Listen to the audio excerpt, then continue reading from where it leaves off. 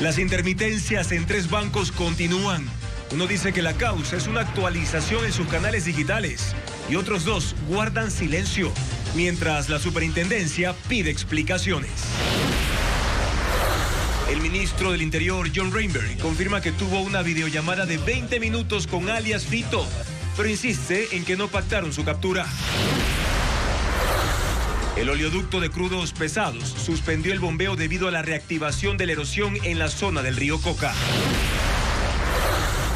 Televistazo detalla las razones de los jueces que condenaron a Jorge Glass y Carlos Bernal por el delito de peculado y que ellos esperan apelar. El estudio del Observatorio Ecuatoriano del Crimen Organizado revela que Guayas, Los Ríos, El Oro y Manabí son las provincias donde más menores fueron asesinados en 2024. En total, en el país murieron 300 adolescentes. El gobierno anunció una intervención carcelaria y la construcción de 2 prisiones, pero ¿cómo están las cárceles? Televistazo analiza el complejo en Guayaquil, con hacinamiento en sus 5 reclusorios y condiciones deplorables en la penitenciaría, construida hace 70 años. En la segunda entrega de la serie Minería Legal, entre realidad y deseo, esta actividad promete cuantiosas rentas para el país, pero los costos ambientales no están cuantificados. El presidente de Estados Unidos, Donald Trump, inauguró el polémico centro de detención para inmigrantes, bautizado como el Alcatraz de los Lagartos, una cárcel en Florida que está rodeada por pantanos infestados de caimanes. Una ola de calor extremo afecta a España, Portugal, Italia y Francia, con temperaturas que sobrepasan 40 grados, mientras el sur de América es recorrido por una ola de frío polar. Con un pregón, música y desfile, cientos de estudiantes arrancaron las festividades por los 490 años de fundación de Guayaquil, y a lo largo del mes están previstos unos 200 eventos. 1 de julio de 2025, amigos, muy buenas noches. Comenzamos ya Televistazo Estelar con lo más destacado de la jornada informativa. Las plataformas digitales de 3 instituciones financieras presentaron intermitencias en su funcionamiento. La Superintendencia de Bancos ya solicitó informes técnicos y realiza seguimiento para garantizar los servicios, pero por ahora no se han impuesto sanciones ni se ha anunciado reparación para los usuarios. Ariana Bermeo amplía esta información. Durante el lunes y martes, clientes de 3 instituciones financieras reportaron mediante redes sociales inconvenientes para usar sus aplicaciones y plataformas digitales bancarias. Se quejaron de que no podían hacer transferencias ni pagos, que no tenían acceso a sus aplicaciones móviles o que simplemente no servían las páginas web de los bancos, que las transacciones se duplicaron o no se acreditaron y que este problema es recurrente. La Superintendencia de Bancos dijo a Ecoavisa mediante un correo electrónico que las instituciones financieras que presentaron estos problemas son Banco Pichincha, Banco Bolivariano y Banecuador, que las afectaciones en su mayoría son temporales y que en el caso del Banco Pichincha también tuvo intermitencias en el pago de tarjetas propias. Esta institución financiera justificó los problemas en sus servicios debido a una actualización en sus canales digitales y aseguró que ya se encuentran operando con normalidad. Sin embargo, las quejas continuaron la tarde de este martes. Usuarios del Banco Bolivariano también expresaron su malestar y hasta el momento esa institución no ha explicado las razones de la intermitencia. Tampoco lo ha hecho Banecuador. La Superintendencia de Bancos dijo que se están evaluando técnicamente las intermitencias reportadas y que hacen seguimiento para garantizar los servicios bancarios digitales.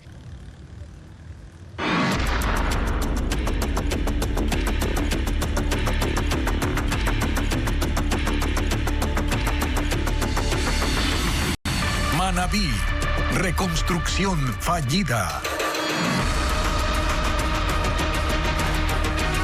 A Jorge Glass le falta 1 año y medio para cumplir sus condenas por los casos Odebrecht y sobornos. Pero si se ejecuta la tercera sentencia que fue dictada ayer, no podrá obtener su libertad. Además, se incrementa su millonaria deuda con el Estado, al que debe reparar económicamente por los delitos cometidos, informa Jacqueline Rodas.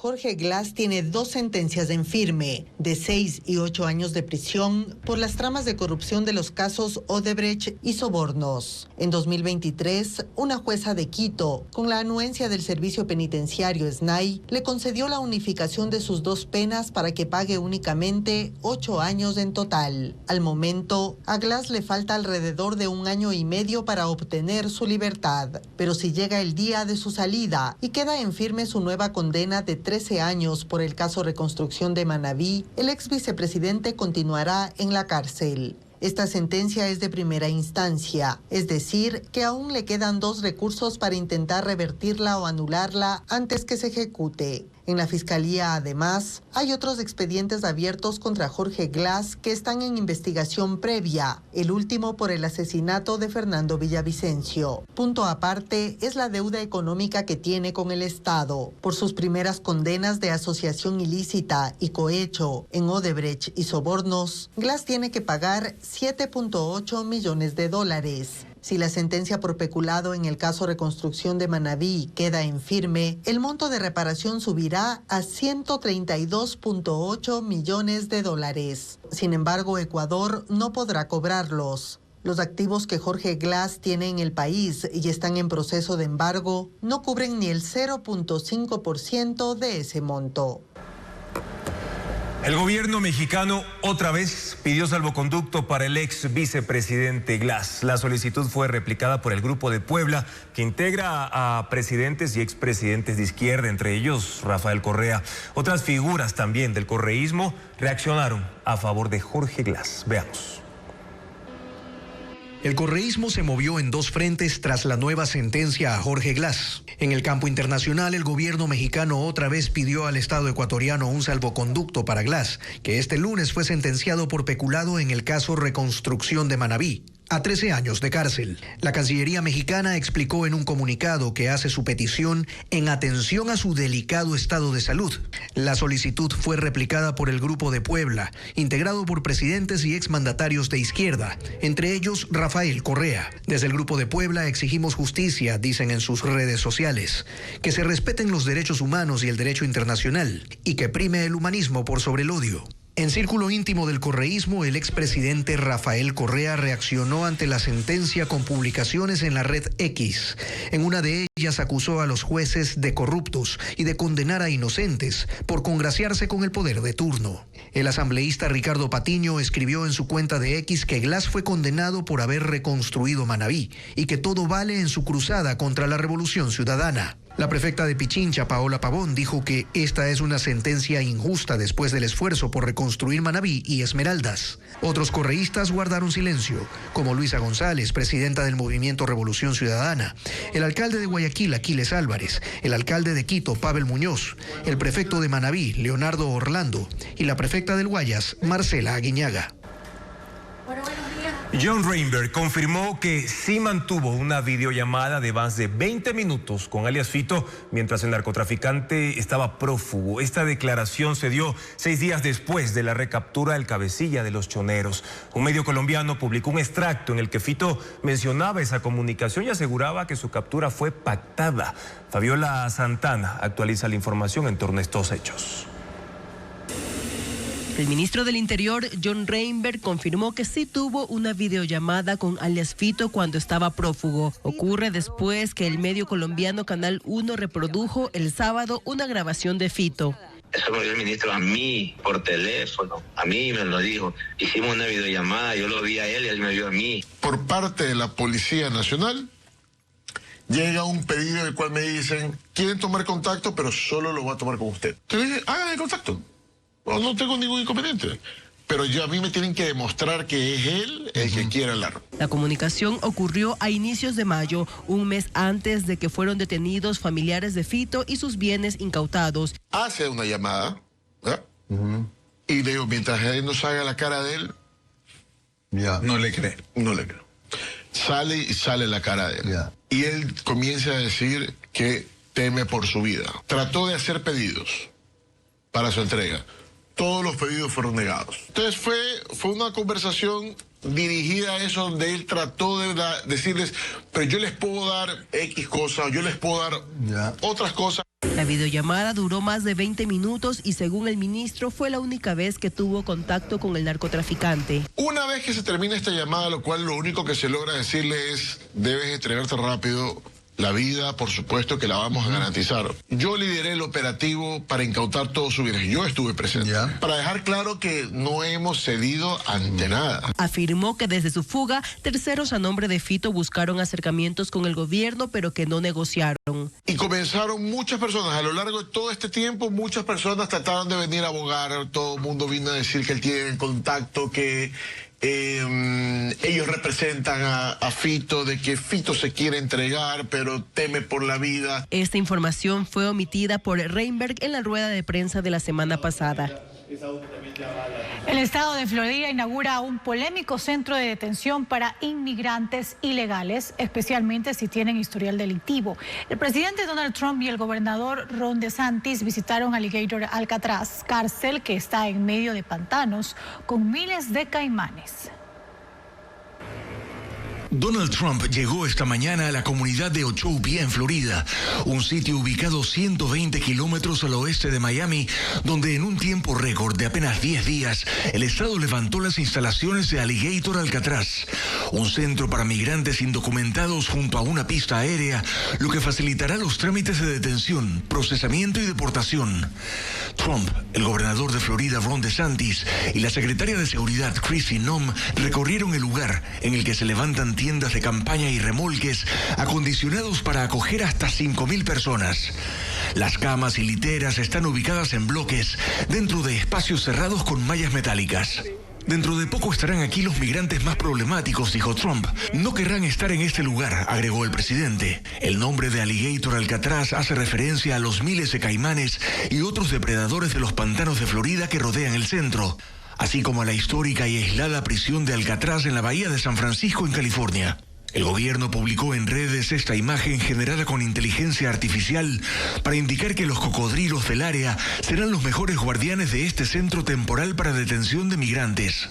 El traslado de los primeros internos debe comenzar esta semana y el Departamento de Seguridad Nacional ha identificado a por lo menos una docena de condenados por homicidio, secuestro, delitos sexuales, abuso infantil, narcotráfico y otros delitos para llevarlos a este sitio.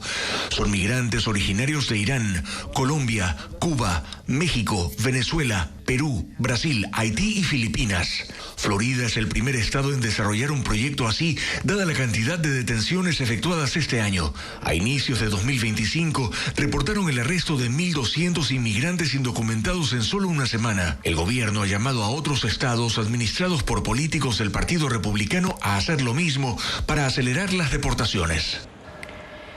Millones de estadounidenses pueden perder el seguro médico del Estado con la aprobación del proyecto fiscal de Donald Trump, bautizado como la Ley Grande y Hermosa. El Senado hizo enmiendas y la pasó con solo un voto de diferencia. El proyecto impone recortes a programas sociales, reduce impuestos a ricos y da más recursos al control migratorio. La ley ahora regresa a la Cámara de Representantes para su aprobación final. Luego de 4 días de sesiones maratónicas, el Senado de Estados Unidos dio luz verde a un amplio, controvertido e impopular proyecto fiscal de Donald Trump. El Partido Republicano tiene la mayoría, pero hay tanta resistencia al documento que 3 de sus senadores votaron en contra. El resultado al final fue 50-50, lo que obligó al vicepresidente J.D. Vance, que preside el Senado, a hacer uso de su facultad constitucional para dar un voto dirimente. The bill as amended is passed. Con su voto a favor, el proyecto fue aprobado. Ahí se hacen recortes en la subvención a proveedores del sistema Medicaid, el programa que ayuda a cubrir costos médicos para personas de bajos ingresos, familias y niños. Hay disposiciones que niegan cobertura de salud a algunos inmigrantes y 12 de los 70 millones de beneficiarios pueden perderlo. Por otro lado, el programa extiende los recortes de impuestos que Trump impulsó para grandes corporaciones desde su primera administración y se destinan nuevos fondos para la defensa nacional y las deportaciones, por lo que los detractores de la ley la califican como una monstruosidad que aumentará el déficit público. Ahora el proyecto va de regreso a la Cámara de Representantes, donde también en mayo fue aprobado por un voto de diferencia. Deberán analizar las enmiendas que ha hecho el Senado y volver a votar. El presidente Trump presiona a los congresistas para que lo hagan pronto. Quiere tener el documento final en su despacho para firmarlo y que entre en vigencia el 4 de julio, cuando Estados Unidos conmemore el Día de Independencia. OCP se vio obligado a paralizar el bombeo de crudo debido a las alertas por la erosión regresiva del río Loco. Los técnicos esperan construir pronto un nuevo bypass para evitar la rotura de la tubería causada por deslaves tras las lluvias en la Amazonía de las últimas semanas. Hernán Higuera informa más detalles. Llueve fuerte en la región amazónica y la erosión en la zona del río Loco, afluente del río Coca, se reactivó. Para prevenir que no suceda un derrame de crudo por deslizamientos de tierra, OCP decidió este martes cerrar las válvulas y suspender el bombeo. Los técnicos generaron alertas en la parroquia Gonzalo Díaz de Pineda del cantón El Chaco, en Napo. OCP informó que realizará una variante en el trazado para desviar la tubería de la zona de peligro. El OCP transporta un promedio de 150,000 barriles de crudo por día, pero su capacidad es para 450,000. No es la primera vez que el oleoducto de crudos pesados paraliza su trabajo por esta causa. En junio del 2024 hubo un cierre de válvulas que duró 16 días para construir 2 bypass. Mientras tanto, Petroecuador mantiene un monitoreo permanente en la zona para tomar una decisión sobre la operación del sistema de oleoducto transecuatoriano, SOTE, que por el momento bombea normalmente. La erosión regresiva del río Loco está directamente relacionada con la erosión del río Coca, cerca de la central hidroeléctrica Coca-Codo Sinclair. El presidente de la República anunció que matricular un vehículo eléctrico costará $10. La justificación es que se busca cuidar el medio ambiente y disminuir el consumo de gasolina. Para las empresas automotrices es un incentivo para poder acelerar las ventas de este tipo de carros. Veamos. La matrícula de los carros eléctricos costará $10. El anuncio lo hizo el presidente de la República, Daniel Noboa, en un video que publicó en su cuenta de la red social Instagram. Aunque no especificó desde cuándo y cómo se aplicará la medida, dijo que es para cuidar el medio ambiente y disminuir el consumo de gasolina. La Asociación de Empresas Automotrices del Ecuador, AEADE, considera que ese incentivo incrementará el uso de vehículos eléctricos a escala nacional. Un vehículo de 34,000 paga 1,200 de matrícula. Uno de 20,000 paga $536 de matrícula, uno de 70,000 paga sobre los $5,000 de matrícula. Entonces, reducirlo a $10 de manera flat, bueno, no sabemos en qué términos salga la medida, pero $10 constituye un incentivo interesante. En Ecuador circulan 4.300 carros eléctricos, un número pequeño frente a los alrededor de 4 millones de vehículos a combustible. Pero las ventas van en alza. Desde el 2023 pasaron de 277 a 1.192 en lo que va del 2025. La mayoría en Quito y Guayaquil. Cada mes entregan 238 carros en promedio. El interés del gobierno es electrificar el sector del transporte, según el Plan Maestro de Electricidad del año pasado, donde se habla de fomentar la electromovilidad, pero necesita acciones concretas para facilitar esa migración de tecnología, empezando por incrementar la red de estaciones de carga para ese tipo de vehículos. Por ahora hay 280 electrolineras, casi todas instaladas por las empresas automotrices en centros comerciales, carreteras y las empresas eléctricas. Tenemos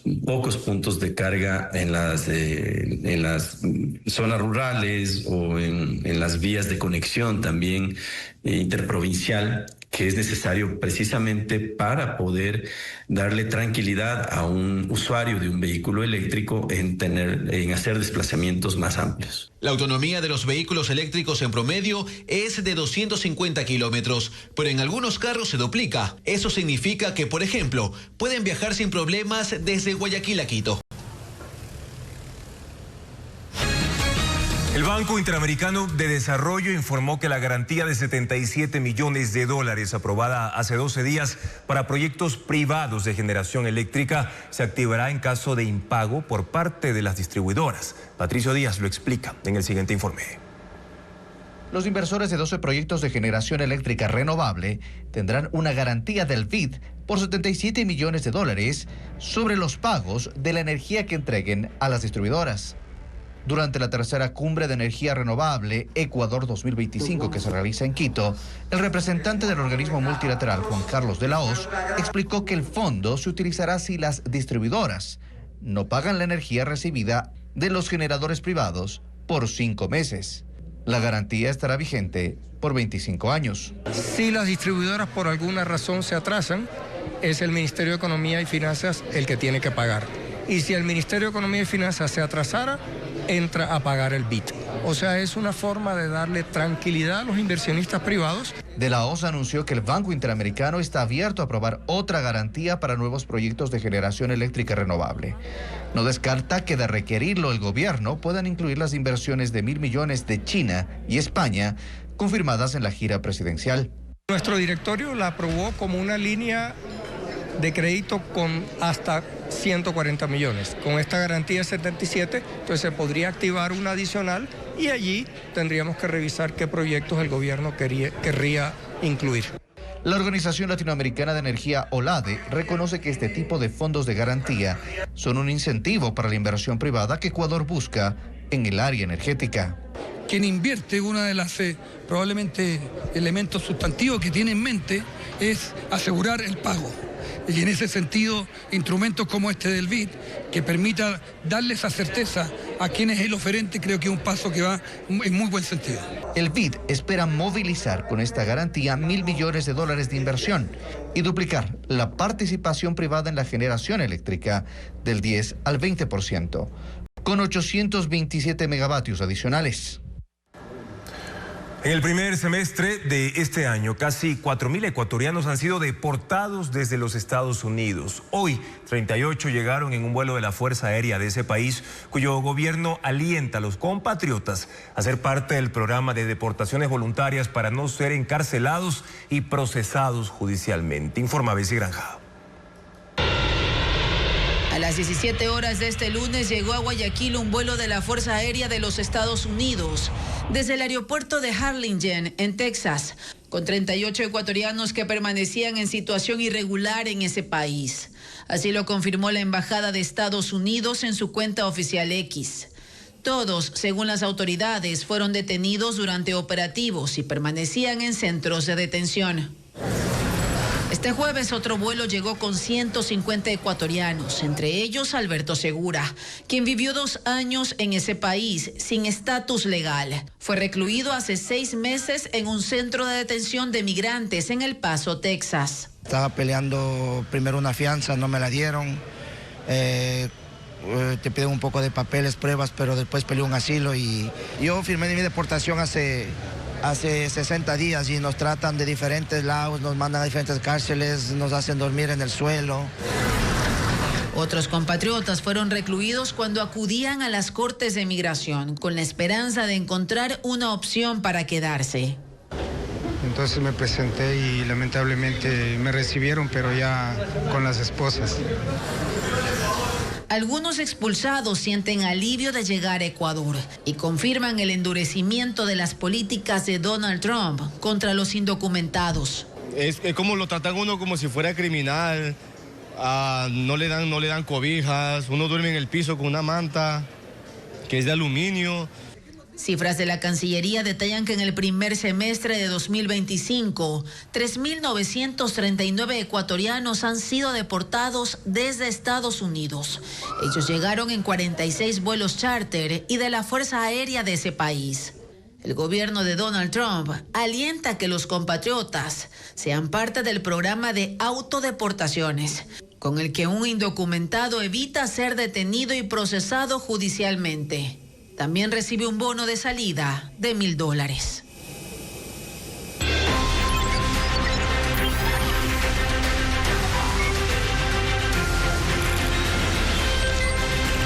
Mundo.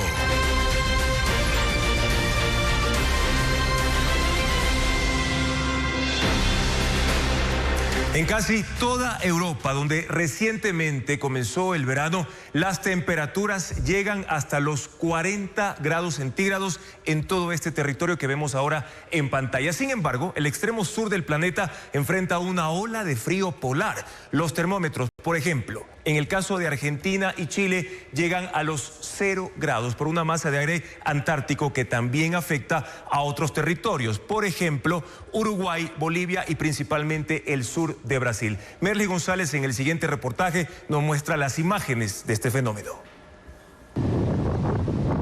Con un manto blanco amanecieron varias localidades costeras de la provincia de Buenos Aires, Argentina, afectadas por una intensa ola de frío polar. La nieve cubrió playas y otros sitios de recreación en la zona por primera vez desde 2013. Aunque el hemisferio sur está en pleno invierno, el fenómeno fue provocado por una masa de aire helado, llegada desde la Antártida y que ha hecho descender la temperatura por debajo de los 0 grados en gran parte del país. En la ciudad de Buenos Aires no hay nieve, pero sí mucho frío. La mínima estuvo en -1 grado la tarde de este martes y se espera que durante la noche descienda aún más. El fenómeno no solo golpea a los argentinos. El frío extremo también afecta a Chile desde el domingo y los usuarios de redes sociales han registrado sus efectos en video. Algunos muestran su ropa congelada en los colgaderos. Otros los jardines blancos por la nieve, los autos con una capa de hielo e incluso el agua de las llaves completamente congelada. El aire polar también golpea a Bolivia, Uruguay, Paraguay y el sur de Brasil. Según los servicios meteorológicos, el frío extremo durará poco y las temperaturas subirán desde el jueves. Y precisamente las altas temperaturas ya llegaron a otro punto del planeta. Han provocado una ola de calor que está afectando a varias regiones del sur, oeste y centro de Europa, donde se reportan temperaturas superiores a los 40 grados. Expertos advierten que el calentamiento global está avanzando y con él un calor cada vez más extremo y frecuente. Europa sufre una intensa ola de calor. España, Portugal, Italia y Francia enfrentan temperaturas extremas. Así ocurrió, por ejemplo, en el municipio El Granado, en la región española de Andalucía, donde se reportó hasta 46 grados centígrados el fin de semana. En España, 10 comunidades están en alerta naranja y en Francia, 16 regiones mantienen alerta roja. Aquí se han registrado incendios forestales en el suroeste.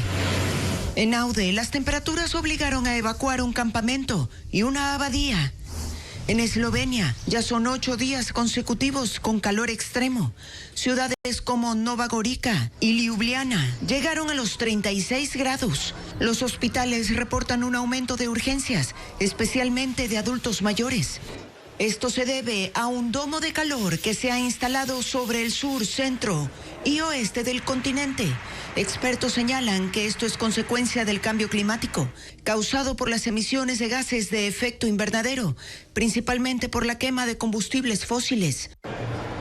Según el Servicio de Cambio Climático del Sistema Copernicus, 2024 fue el año más cálido registrado en Europa y este año hay una ola de calor similar. El secretario general de Naciones Unidas, Antonio Guterres, advirtió desde Sevilla que este calor extremo ya no es raro y es parte de una nueva normalidad, pues el planeta se está calentando y es cada vez más peligroso.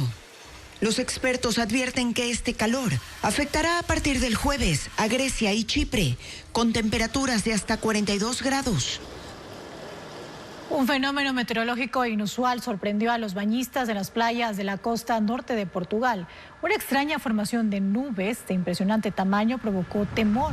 La enorme masa de nubes que se desplazaba de forma horizontal como una ola gigante fue visible en 3 ciudades costeras, Peniche, Nazaré y Póvoa de Varzim. Según expertos, se trata de una formación de nubes muy poco común, pero que no representa ningún peligro para la población. Y en Reino Unido, un hombre de 92 años fue sentenciado por un crimen que cometió hace casi 6 décadas. Ryland Headley fue declarado culpable de haber abusado sexualmente y asesinado a una mujer en 1967, cuando él tenía 34 años y ella 75. En ese entonces, la policía investigó una huella dejada por el atacante en una ventana y muestras de ADN en la ropa de la víctima, pero no dieron con el responsable. El caso fue reabierto en 2023 y Headley fue vinculado. Ya había estado en prisión 7 años por otras agresiones sexuales. Al momento de la sentencia, el juez le dijo al hombre que moriría en la cárcel, aunque había eludido la justicia por tantos años. Un nuevo modelo de gafas diseñadas para atletas se informa en tiempo real, graba en 3K y toma también fotografías. Además, en China se presentó un dron espía en forma de mosquito que es difícil de detectar por radares. Ana María Palacios con las novedades tecnológicas.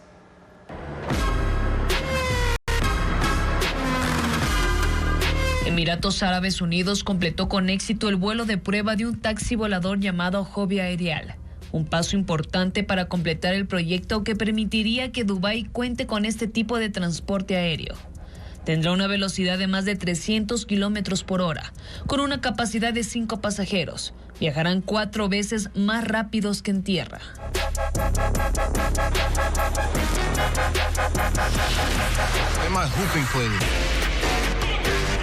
Las gafas inteligentes Oakley Meta, diseñadas para atletas, informan en tiempo real, graban videos en 3K y toman fotografías. Tienen una mayor duración de batería y resistencia al agua. Permiten realizar llamadas y enviar mensajes. Ofrecen funciones de conectividad y entretenimiento, mientras se hace deporte y sin necesidad de usar las manos. China presentó un dron espía en forma de mosquito, casi invisible al ojo humano y difícilmente detectable por radares. Tiene 2 centímetros de longitud y 0.3 gramos de peso. Cuenta con 2 alas diminutas que pueden batirse hasta 500 veces por segundo y 3 patas que refuerzan su apariencia de insecto. Está diseñado para misiones de reconocimiento y combate. El SNAI y el bloque de seguridad trasladan presos desde la cárcel de Guayaquil hasta la de Cotopaxi. La medida intenta debilitar estructuras criminales que continúan operando desde el interior de los reclusorios. Merlin Ochoa informa además que Jorge Glass regresó a La Roca. Uno de los últimos movimientos en el sistema carcelario del país es el retorno del ex vicepresidente Jorge Glass a la cárcel de máxima seguridad Guayas número 3, conocida como La Roca, tras cumplir con diligencias judiciales que incluyeron audiencias en Quito por el caso Reconstrucción de Manabí. Jorge Glass fue llevado a La Roca por primera vez en abril de 2024, luego de su extracción de la Embajada de México. El de Glass no es el único traslado. En una operación conjunta entre Bloque de Seguridad y el SNAI, desde el fin de semana se movieron 26 reclusos hacia la prisión de Cotopaxi. De ellos, 18 provenían de la penitenciaría del Litoral, el centro más conflictivo del país. Otros 6 de la regional, también en Guayaquil, y 2 más de la cárcel de Quevedo. Entre los nombres que constan en la lista oficial figura Carlos Angulo, alias Invisible, considerado cabecilla de la organización criminal Los Lobos y condenado a 34 años por el asesinato del ex candidato presidencial Fernando Villavicencio. Sin embargo, el SNAI aclaró que ningún interno de La Roca fue incluido en esta operación. Según fuentes oficiales, 24 de los 26 reos trasladados enfrentan procesos por el delito de secuestro extorsivo. Las autoridades sostienen que estos movimientos buscan reducir la capacidad de operación y comunicación de las bandas criminales dentro de los penales y su control sobre las calles. Ecoavisa conoció que este fin de semana se realizarán nuevos traslados de delincuentes peligrosos, también a la cárcel de Cotopaxi. El gobierno anunció una intervención en las cárceles y la construcción de 2 prisiones en el país. Televistazo ahora analiza el complejo carcelario en Guayaquil con hacinamiento en sus 5 reclusorios y condiciones deficientes en la penitenciaría que fue construida hace 70 años. Estefanía Arias con esta radiografía. Guayaquil es la única ciudad del país que tiene un complejo carcelario con 12.913 presos. Son 5 cárceles: la penitenciaría, la regional, la Roca, el centro de detención provisional y la cárcel de mujeres. Cárceles que por incontables veces han sido escenario de intensas disputas entre grupos delictivos que se suman a una infraestructura deplorable con problemas sanitarios y de hacinamiento. La más compleja es la penitenciaría del Litoral, considerada la más grande, pero a la vez la más violenta del país. Construida en 1954, su capacidad prevista es para 3.909 presos, pero en el último censo del INEC de mayo de 2025 alcanzan 7.321. Una instalación con una profunda crisis en sus servicios básicos, pabellones en mal estado y presos hasta con tuberculosis. El Centro de Detención Provisional, o CDP, fue construido hace 50 años. Tiene una capacidad para 545 presos, pero en este momento hay 1.514. En 2004 abrió la cárcel de mujeres, con capacidad para 573 presas. Hoy llegan a 774. La cárcel de máxima seguridad, La Roca, es el centro más reciente. Tiene 17 años y en los últimos 7 años ha sido regenerada 2 veces y alberga 79 presos, el número previsto. Actualmente es la más vigilada porque ahí se encuentran algunos de los delincuentes considerados de alto valor por las autoridades. La regional es la cárcel donde el número de presos está por debajo de lo establecido. Su límite máximo es 4.505 y tiene 3.315 presos. El gobierno reconoce el estado deplorable del sistema carcelario. El ministro del Interior, John Reinberg, lo calificó en una entrevista radial de deficiente. Por eso, comenzaron a construir desde junio 2024 la denominada Cárcel del Encuentro en Santa Elena, que albergará 800 presos. Y reveló que tienen en proyecto 2 más. Una vez finalizadas, dijo, podrán entonces intervenir en la infraestructura de las demás, haciendo movimientos internos de presos para poder ingresar a hacer los trabajos. En 3 años, los crímenes contra menores de edad subieron en 640%. La mayoría de asesinatos se cometieron con armas de fuego. Esto evidencia el interés de las organizaciones delictivas que reclutan a los menores. Así lo revela un estudio del que Diego Puente recabó más información. Un estudio sobre el reclutamiento de niños, niñas y adolescentes por bandas delictivas señala que en el 2024 hubo 300 homicidios de menores. La mayoría de víctimas tenía entre 15 y 17 años. Los crímenes contra este grupo aumentaron 640% en 3 años y el 87% de los asesinatos fue con arma de fuego. De los 300 asesinatos, Guayas concentró 49%. Le siguen Los Ríos con 12%. El Oro 9% y Manabí 8%. Ocurre principalmente en barrios sin servicios básicos, sin escuelas, sin espacios comunitarios seguros o en las periferias.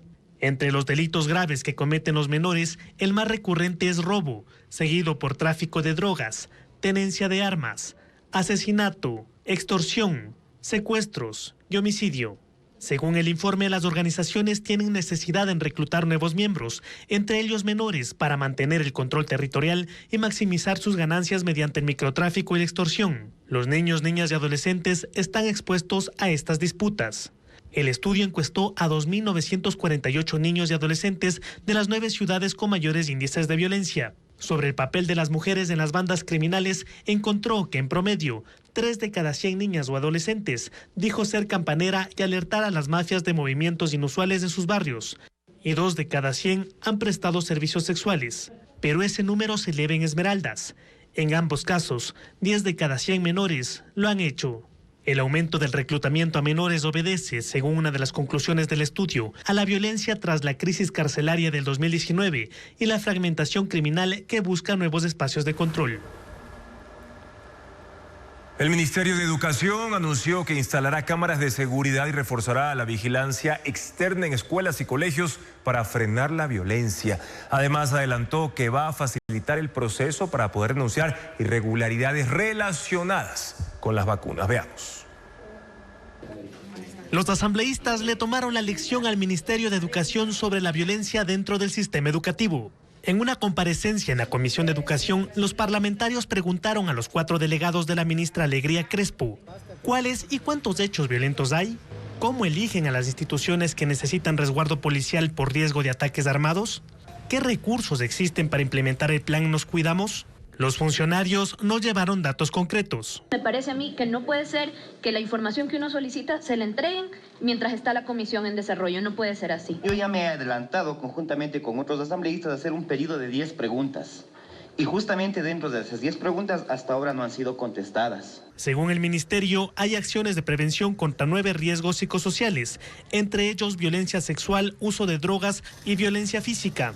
La directora de Educación para la Democracia y el Buen Vivir dijo que tienen un plan de guardianes digitales para prevenir violencia y actualmente ejecutan un proyecto de inversión. Solo entre enero y marzo del 2025 se ha capacitado 952 estudiantes directamente y a más de 39,000 estudiantes mediante metodologías participativas y lúdicas, porque tenemos que también desarrollar metodologías de acorde a la población a la que estamos yendo. Precisó que el programa Escuelas Seguras, con policías en los exteriores, pasará de 375 a 421 instituciones. Y estamos trabajando para ver la manera de cómo logramos que en estos casos aislados, focalizados en las zonas de alto riesgo que están focalizadas y zonificadas por información de inteligencia del Ministerio del Interior, podamos tener una mayor actuación. La comisión dijo que hará seguimiento a los planes y programas para la erradicación de la violencia y que pedirá la comparecencia de la ministra de Educación. La red de corrupción de alias Negro Tulio reclutó a 8 funcionarios públicos de 4 instituciones del Estado para concretar contratos irregulares. Así lo determinaron las investigaciones que permitieron sentenciar a 17 personas. Merlin Ochoa con más información. El operativo en contra de la estructura criminal del Negro Tulio se ejecutó en agosto del 2024 en Durán, Guayas. Ayer el tribunal sentenció a 17 de 19 investigados por el delito de delincuencia organizada. 8 eran funcionarios municipales. Los investigadores analizaron 190 audios y extrajeron información de 35 teléfonos celulares incautados. Las pericias revelaron que el municipio de Durán, los bomberos, la agencia de tránsito e incluso el registro de la propiedad fueron infiltrados por la red. Estaba encabezada por Negro Tulio y su esposa, quienes coordinaban las operaciones criminales con 15 personas, entre ellas los funcionarios públicos que, según la tesis de la policía, manipulaban contratos, presionaban a los responsables de los pagos y facilitaban el lavado de activos. Uno de los casos más evidentes es el de la empresa Askey Proyectos y Construcciones S.A., cuya accionista principal es la esposa de Negro Tulio. El 24 de mayo de 2024, esta empresa recibió un contrato por $189,621 para la regeneración de un parque en la cooperativa 28 de agosto en el sector El Recreo. La obra nunca se ejecutó. Otro contrato investigado fue el del Cuerpo de Bomberos, que adjudicó a Ashley Bausch, de apenas 20 años, el 25 de enero de 2024, $71,483 para mantenimiento y readecuación de cuarteles. En las escuchas telefónicas revelan que se pedía poner material de mala calidad para que sigan dándoles contratos. En total, 4 empresas estuvieron bajo la lupa. Ofrecían servicios de mantenimiento vial, señalética, reconstrucción de parques y transporte. La investigación concluyó que todas eran relacionadas directa o indirectamente con familiares o testaferros de Negro Tulio. La Fiscalía retiró la acusación a 2 funcionarias del registro de la propiedad. Según las escuchas policiales, una no iba a trabajar y mantenía contacto directo con Negro Tulio. La otra usaba su cargo para verificar terrenos en proceso de legalización y facilitar que la organización delictiva los tomara por la fuerza. El tribunal no pudo sentenciarlas e indicó que, aunque respetaba el criterio de la Fiscalía, no lo compartía, pues en el proceso se encontraron pruebas incriminatorias contra ellas, y pidió al Consejo de la Judicatura y Fiscalía que en el ámbito de sus competencias investiguen.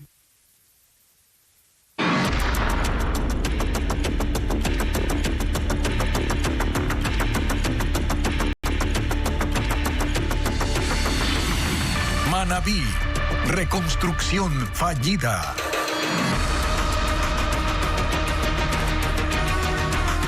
El tribunal que condenó a Jorge Glass y Carlos Bernal en el caso Reconstrucción de Manabí explicó punto por punto las razones de la sentencia por peculado. Los abogados de ambos esperan la notificación del fallo para apelarlo y en audiencia poder rebatir la sentencia unánime.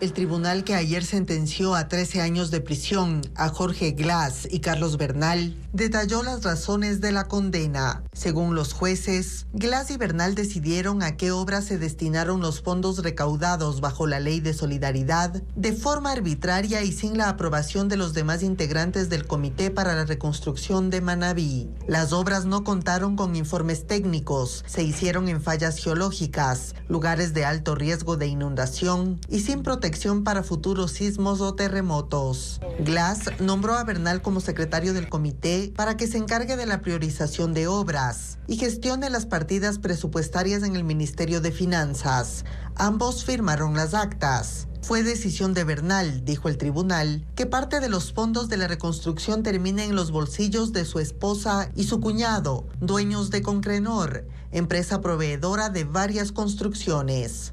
Otras gestiones de Bernal fueron para obras a cargo del Ministerio de Transporte, donde su padre, Franklin Bernal, era subsecretario. Con estas irregularidades, de acuerdo a la sentencia, lograron desviar los fondos a obras innecesarias sobre las que había intereses particulares, dejando de lado hospitales, viviendas y la reconstrucción de escuelas destruidas por el terremoto. Hasta la fecha hay estudiantes que reciben clases en escuelas móviles. Los abogados de Glass y Bernal se mantienen en su inocencia. El tribunal dijo que 10 obras se le asignaron a la familia de Carlos Bernal. Y eso es falso. En ningún momento dentro de las actuaciones de fiscalía o de la acusación particular se presentó un solo contrato que esta empresa haya tenido con el Estado. La sentencia es de primera instancia. Jorge Glass y Carlos Bernal esperan que el tribunal les notifique por escrito para apelar. Luego tienen un recurso más, la casación, antes de que el fallo quede en firme. Y la Comisión Interamericana de Derechos Humanos pidió este martes a la Corte Interamericana medidas provisionales a favor de Jorge Glass, quien cumple una sentencia en la cárcel La Roca en Guayaquil. El organismo sostiene que él está en una situación de extrema gravedad y que existe un deterioro en su salud, tanto física como mental. La CIDH ha seguido este caso desde el año 2019, cuando la comisión le otorgó medidas cautelares y posteriormente, en febrero del año pasado, pidió al Estado ecuatoriano acciones inmediatas para salvaguardar la vida de Glass. En Napo, un puente colgante colapsó por la creciente de un río tras las intensas lluvias, mientras los tramos viales entre la parroquia Acosanga y Papayacta están parcialmente habilitados tras deslizamientos, excepto en el sector San Fermín, donde la vía sigue cerrada. Por ahora, el servicio de agua potable se restableció para aproximadamente 1.200 usuarios en Papayacta y Borja también. En el sector Loma Playa, en la provincia de Napo, esta tarde colapsó el puente colgante de estructura metálica sobre el río Cosanga, tras el desplazamiento de una de sus bases debido a las intensas lluvias de las últimas horas. La estructura es la única vía de acceso hacia las fincas de 18 familias. En esas tierras se cultivan hortalizas, tomate de árbol y se desarrollan actividades ganaderas, con 300 reses distribuidas en 500 hectáreas de pastizales. La producción diaria de leche supera los 400 litros. El intenso temporal también produjo un socavamiento que pone en peligro al puente sobre el río Loco en la vía Chaco-Lago Agrio en el sector de San Carlos, a 1 hora de Loma Playa. Mientras tanto, en los sectores de Lodos Negros, Laureles, Baeza Colonial, Papayacta, tras las labores de limpieza del Ministerio de Obras Públicas, la circulación está habilitada parcialmente. No obstante, en la población de San Fermín, en el tramo Baeza-Cuyuja, en Quijos, la vía E20 permanece cerrada, ya que un deslizamiento destruyó el 70% de la calzada. El subsecretario del Ministerio de Obras Públicas, Fabricio Puya, dijo que construirán un bypass junto al talud para habilitar el tránsito en las próximas horas. La troncal es vital para la conectividad entre la Amazonía y la sierra. Se estima el paso vehicular de al menos 3.000 carros diarios con destino a Sucumbíos, Napo, Orellana y Pichincha. En cuanto al abastecimiento de agua potable, el servicio fue restablecido para 1.200 usuarios de Papallacta y Borja, en la parroquia Cosanga, en Quijos, luego de 3 horas. Para los otros 200 habitantes, el servicio volverá a darse desde este miércoles. Y un temporal de lluvias golpea con fuerza a otras 2 provincias del sur de Ecuador. Zamora, Chinchipe y Loja enfrentan múltiples afectaciones por desbordamientos de 3 ríos. Veamos. En la provincia de Zamora Chinchipe, las intensas precipitaciones han provocado el desbordamiento de los ríos Zamora y Yacuambi, generando serias complicaciones en la red vial. En el sector Chamico, a la altura de la gasolinera, no hay paso vehicular debido al desbordamiento del río Zamora. En el cantón Yacuambi, la vía también se encuentra inhabilitada por afectaciones del río. Mientras tanto, el complejo recreacional Playas de Zumbo, en el cantón Centinela del Cóndor, también resultó afectado por la creciente de un río. Frente a esta situación, 32 policías han sido desplegados hacia Chamico y Namírez, donde trabajan en tareas de evacuación de enseres y atención humanitaria a las familias afectadas. La empresa pública de vialidad Vial Sachín EP, al noroeste de la ciudad de Zamora, ha reportado nuevas inundaciones que han causado daños graves en sus instalaciones. Mientras en Loja, el río Zamora, que también atraviesa la ciudad, ha incrementado su caudal debido a las intensas lluvias registradas en las últimas horas. Como consecuencia, un árbol cayó sobre el techo del puente peatonal, afectando su estructura. Se presume que la acumulación de agua y el debilitamiento del terreno por la crecida del río facilitaron su colapso. Y el norte de Loja también resultó afectada por el desbordamiento del río Malacatos. En el sector de la puerta de la ciudad, alcanzó un nivel de hasta 3 metros, cuando usualmente no supera el metro de altura. Ante esta situación, 4 cuadrillas de limpieza conformadas por 5 personas cada una trabajan en la remoción de escombros y tala de árbol en las orillas del río. La vía que une las provincias de Loja y Zamora permanece cerrada por un derrumbe en el sector El Retorno. Ecuador pagará más de 5.300 millones de dólares por concepto de deuda externa e interna durante este año. La falta de liquidez en la caja fiscal obliga al gobierno a buscar nueva deuda para cumplir con esos compromisos financieros. Los datos a continuación. Un gasto fijo para el gobierno en el 2025 es el pago de la deuda externa, que este año llega a 3.544 millones de dólares. Las principales erogaciones que tiene que realizar el país son: al Fondo Monetario Internacional, 1.158 millones de dólares, a 3 bancos chinos, 671 millones, al Banco Interamericano de Desarrollo, 598 millones de dólares, a la Corporación Andina de Fomento, 472 millones, al Fondo Latinoamericano de Reservas, 308 millones. Si a ello se suma el monto a pagar por concepto de deuda interna, que en 2025 alcanza los 1.775 millones de dólares, la cuenta asciende a 5.319 millones. Un monto cercano al de todo el sector educativo, que es de 5.800 millones, o al de salud y defensa nacional juntos. ¿Y de dónde va a salir el dinero para pagar la deuda este año? La respuesta es: de nueva deuda. En 2025 está previsto que se reciban 1.250 millones de dólares del Fondo Monetario Internacional, 2.150 millones de otros multilaterales, 630 millones de créditos bilaterales, 381 millones de otras operaciones comerciales. Eso suma 4.411 millones de dólares. El valor no alcanza para todo lo que se tiene que pagar. El desfase se da porque se tenía contemplada la emisión de 1.500 millones de dólares en bonos. Sin embargo, el riesgo país no ha caído lo suficiente como para que Ecuador regrese al mercado de capitales. Se mantiene abierta la posibilidad de acceder a una línea especial de crédito con el Fondo Monetario por 1.300 millones, y con ello se tendría para pagar lo que se debe, al menos por este año. El gobierno incluye en sus proyectos la eliminación del Consejo de Participación Ciudadana, que se realizaría mediante un referéndum, aunque no hay fechas ni detalles concretos sobre esa propuesta aún. Hernán Higuera con el informe. El gobierno retoma su propuesta para eliminar al Consejo de Participación Ciudadana.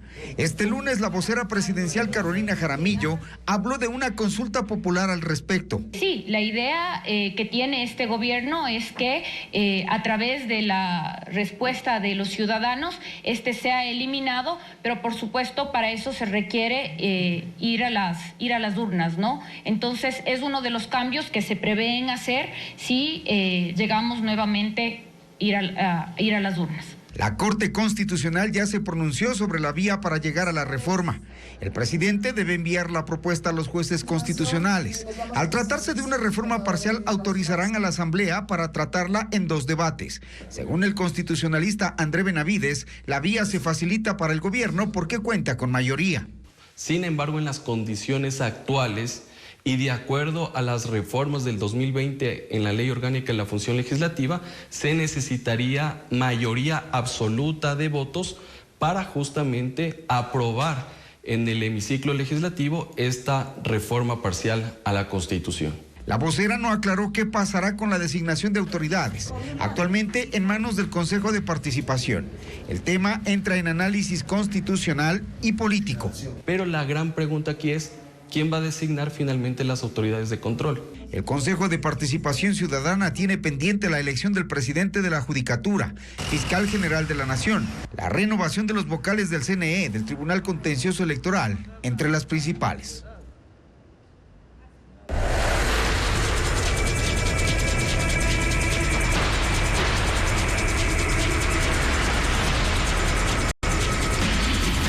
Minería legal, entre realidad y deseo.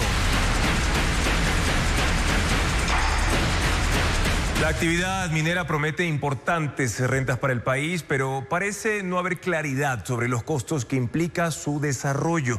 Esto alerta a un escenario de conflictividad e incluso de tibieza en la toma de decisiones y en la práctica alienta el desarrollo de actividades ilegales en zonas concesionadas, pero que aún no pueden ni siquiera arrancar con sus operaciones. Mañana en la tercera y última entrega de esta serie, Televistazo retrata cómo la exportación de minerales crece, así como las rentas del país por la extracción de oro y también de cobre. En otros temas, el gobierno y los servidores públicos comienzan a medir fuerzas tras haberse aprobado la Ley Orgánica de Integridad Pública. El régimen está dispuesto a evaluar a los empleados estatales, mientras diversos gremios ya anuncian demandas por inconstitucionalidad de esa normativa. Hernán Higuera informa sobre cómo ellos califican precisamente a esa ley. La recientemente promulgada Ley de Integridad Pública tiene preocupados, molestos y con miedo a los servidores públicos, a quienes les ronda la duda sobre cómo, quién y cuándo serán evaluados. La normativa dice que las evaluaciones serán técnicas, de desempeño y cumplimiento de objetivos, y quienes no las pasen serán separados de los cargos. El objetivo es fortalecer la transparencia, combatir la corrupción y mejorar la eficiencia en la gestión pública. En los consejos provinciales hay desacuerdo. Presentarán en las próximas horas una demanda de inconstitucionalidad porque la consideran una ley regresiva de derechos. Estamos en desacuerdo en que ahora los sumarios administrativos ya no solo los llevarían, no tendríamos opción a defendernos y los llevarían las propias unidades de talento humano y no el Ministerio de Trabajo como antes era. A los trabajadores del sistema de salud esta ley les ha quitado el sueño. Están dispuestos a ser evaluados, pero se preguntan cómo alcanzar los máximos estándares si el propio Estado no les proporciona los insumos. Sobre qué excelencias va a valorar. Y entonces se vuelve tan subjetivo este tema que será a la disposición del que entienda o que sepa, o de cómo le caiga, o de que quieran votarle, o de que quieran hacer lo que les dé la gana, y entonces esto no podemos permitir. También ellos irán a la Corte Constitucional a exponer sus argumentos. El gobierno el lunes les dijo que no hay razón para tener miedo. No le preocupa al gobierno nacional que los funcionarios ineficientes estén preocupados. El régimen con esta ley plantea reducir el gasto público que en salarios representa el 42% del presupuesto del Estado. En el primer semestre de este año se han destinado 4.718 millones de dólares solo para sueldos. El Grupo AG de Centroamérica adquirió las acciones de Ideal Alambrec Packard en una negociación que incluyó Costa Rica y Venezuela. Patricio Díaz informa que la transacción alcanzó los 73 millones de dólares. El Grupo AG de Guatemala, una corporación que produce derivados de acero para Centroamérica, compró Ideal Alambrec Bekaert.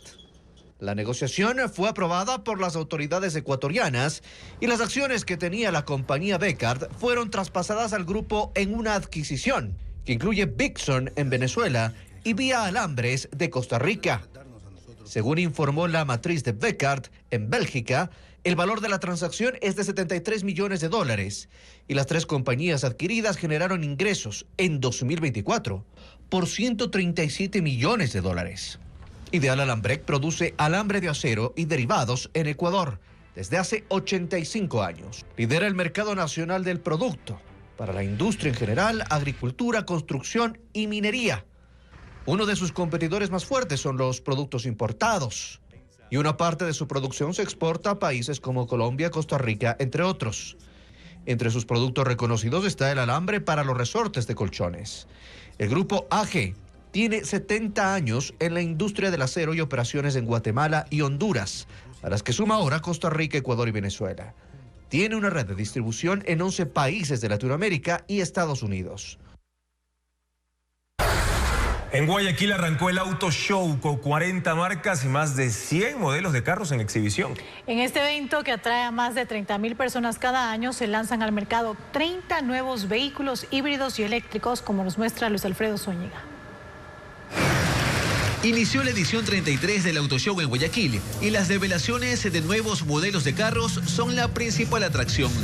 20 marcas mostraron este martes autos, SUV o camionetas y 30 fueron híbridos y eléctricos que ingresan este año al mercado nacional con mejor suspensión, pantallas, sensores y mayor autonomía. Que empezaron con unos 200 kilómetros, ahora estás bordeando los 400 kilómetros de autonomía. 30.000 personas llegan cada año a este evento en el centro de convenciones en el norte de Guayaquil. Encontrarán 40 marcas en el recinto con 100 modelos de autos en exhibición, que incluyen grandes camionetas y vehículos de carga pesada, con descuentos y planes de financiamiento. Vehículos que están cercanos a los $10.000 y vehículos que pueden llegar a 100.000. Es decir, hay una amplia gama. Las ventas del sector automotriz están al alza. De haber estado en 8.000 carros mensuales, ya regresamos a 10.000. El Auto Show se extenderá hasta el 6 de julio.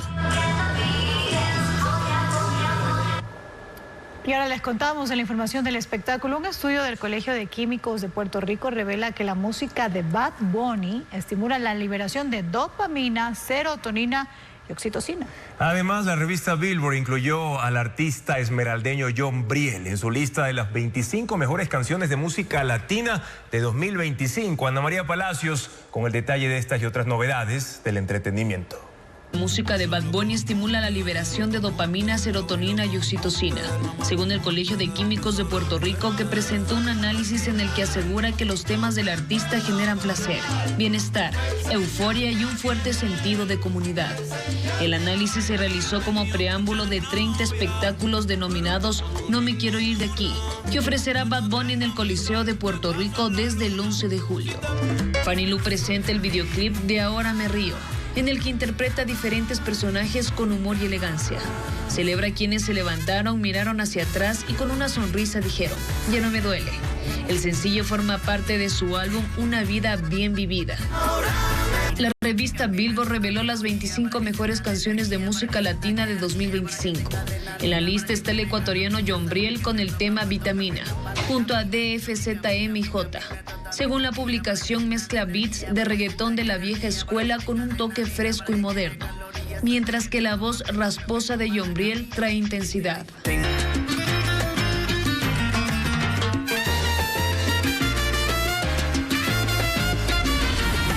Guayaquil, de fiesta, pese a todo.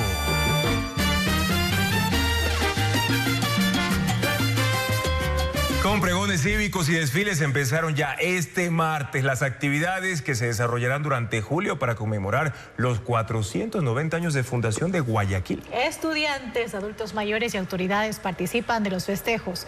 Luis Alfredo Zúñiga con más de los eventos. Con un pregón cívico al pie de la columna de los próceres en el Parque Centenario, empezó la celebración por las fiestas de Fundación de Guayaquil. Los estandartes de Ecuador y Guayaquil ingresaron en medio de la corte de honor que formaron estudiantes de la Academia Naval Almirante Illingworth, por donde también pasaron autoridades locales y la reina de la ciudad. La banda municipal amenizó el acto con música típica. Hubo danza con 10 integrantes del grupo Reminiscencia. Las mujeres vestidas de celeste y blanco y los hombres de blanco entero con sombrero tradicional. Ellos pusieron a bailar a las autoridades. En julio habrá al menos 200 eventos, 43 en esta semana. En el suroeste, desde la Francisco Segura y la 17, arrancó un pregón que animó 20 cuadras, con música y baile. Las bandas de guerra con sus xilófonos, tambores y bastoneras pusieron el ambiente y marcaron el paso. Los más pequeños recorrieron con trajes típicos, sonriendo y saludando de la mano de sus padres y profesores. Unos recorrieron a pie y otros en triciclos. Hay aquí más de 22 unidades educativas, grupos de adultos mayores, academias, escuelas. Los adultos mayores fueron protagonistas en este pregón, que llegó hasta el sector del Cisne 2. Así llegamos a la parte final de nuestra entrega informativa. Mañana en Contacto Directo los invitados son Gabriela Calderón, ella es analista económica y columnista del Universo. Estará respondiendo si el Banco Central puede prestar deuda externa para equilibrar la balanza comercial. Además estará con nosotros Ariel Ruiz, analista senior del Instituto de Política Migratoria de Washington, para hablar sobre el discurso antimigrante que proyecta el presidente Donald Trump con la inauguración de la prisión Alligator Alcatraz. Los esperamos, amigos, en la primera emisión de Televistazo a las 5:55 de la mañana. Recuerden, también en vivo por ecuavisa.com y Ecuavisa Play. Buenas noches.